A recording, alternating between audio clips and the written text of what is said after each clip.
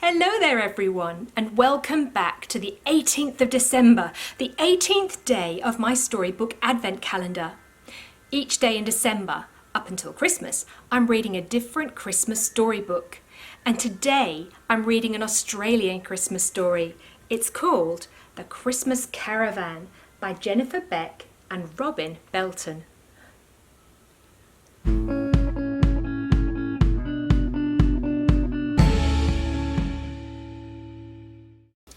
The Christmas Caravan by Jennifer Beck and Robin Belton.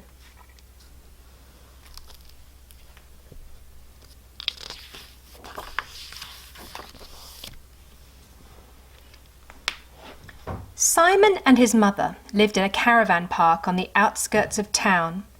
Some of the townspeople said the park was untidy and should be closed down, but for Simon and his mother it was better than the big block of flats they'd lived in before. "We're so lucky to have this place," his mother would say. "The caravan may be small, but it's great to have our own home."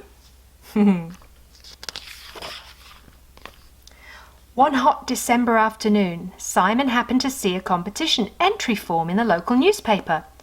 "Look, Mum," he said, "we could enter this Christmas competition for the best decorated house. The prize is a holiday at the beach, staying at a motel. You always say you wish we could have a holiday by the sea."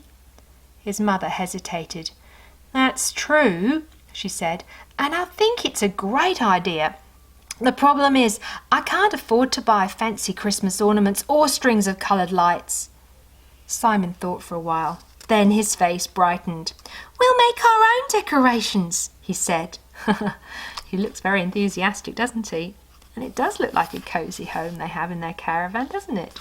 Looks like Mum's making gingerbread men. Oh, they're busy. With a bag in each hand, Simon hunted around the caravan park collecting junk.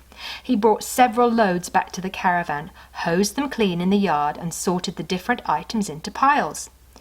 "Now we need a can opener and scissors," he said to his mother. Together they threaded cans of many colours onto lengths of string. Look. Oh wow! Doesn't that look fabulous? They've even got a little tree here and an old tyre and a paper chain and streamers around the window. And this must be what they use the cans for. And little bells, I wonder what they made those from. Maybe they're all bits of bottle. Oh yes, look, I think that looks like a bottle top and they've cut the bottom off and hung them up. I think that looks fabulous. They turned the plastic bottles into bells. Yep, we were right. And used them to decorate the outside of the caravan. Then they stood back to admire their work.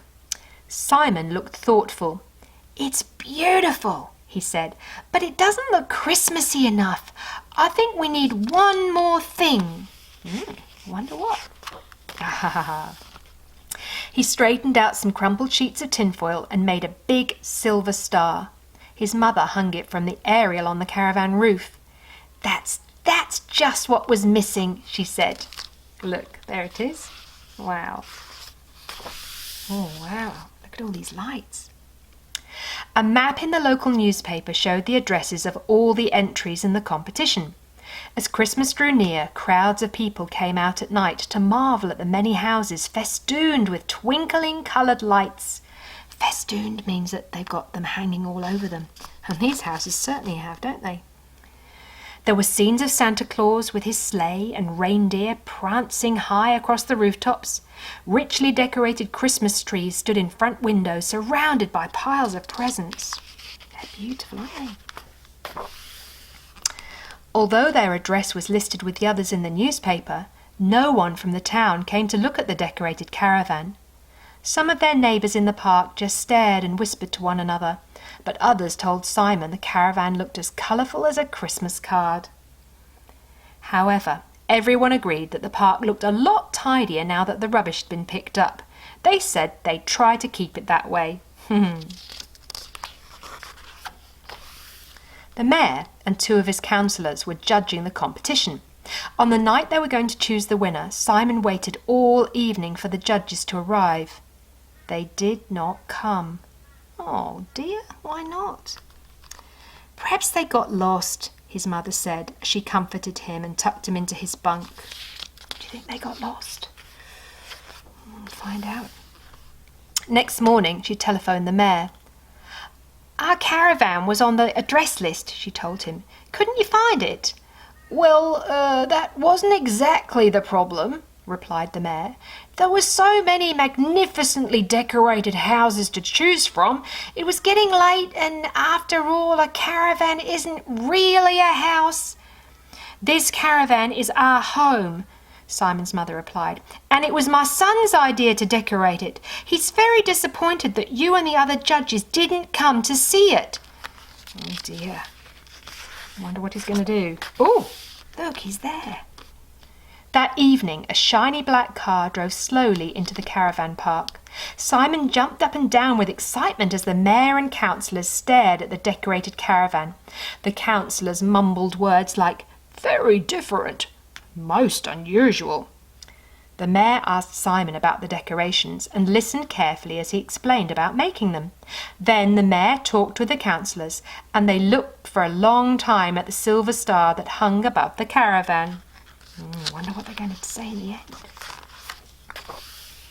Finally, the mayor cleared his throat and said, We have already chosen the best decorated house. That was decided last night, but we think your caravan deserves a special award. I have a friend who runs a camping ground by the beach.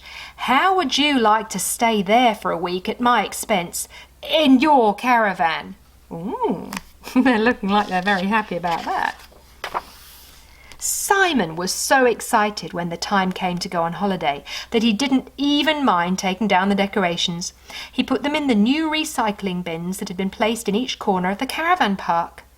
The neighbours in the park had a collection and bought Simon a boogie board.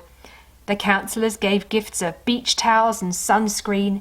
Everyone cheered and waved as Simon and his mother set off on their journey to the beach, with the caravan towed behind the mayoral car. Wow!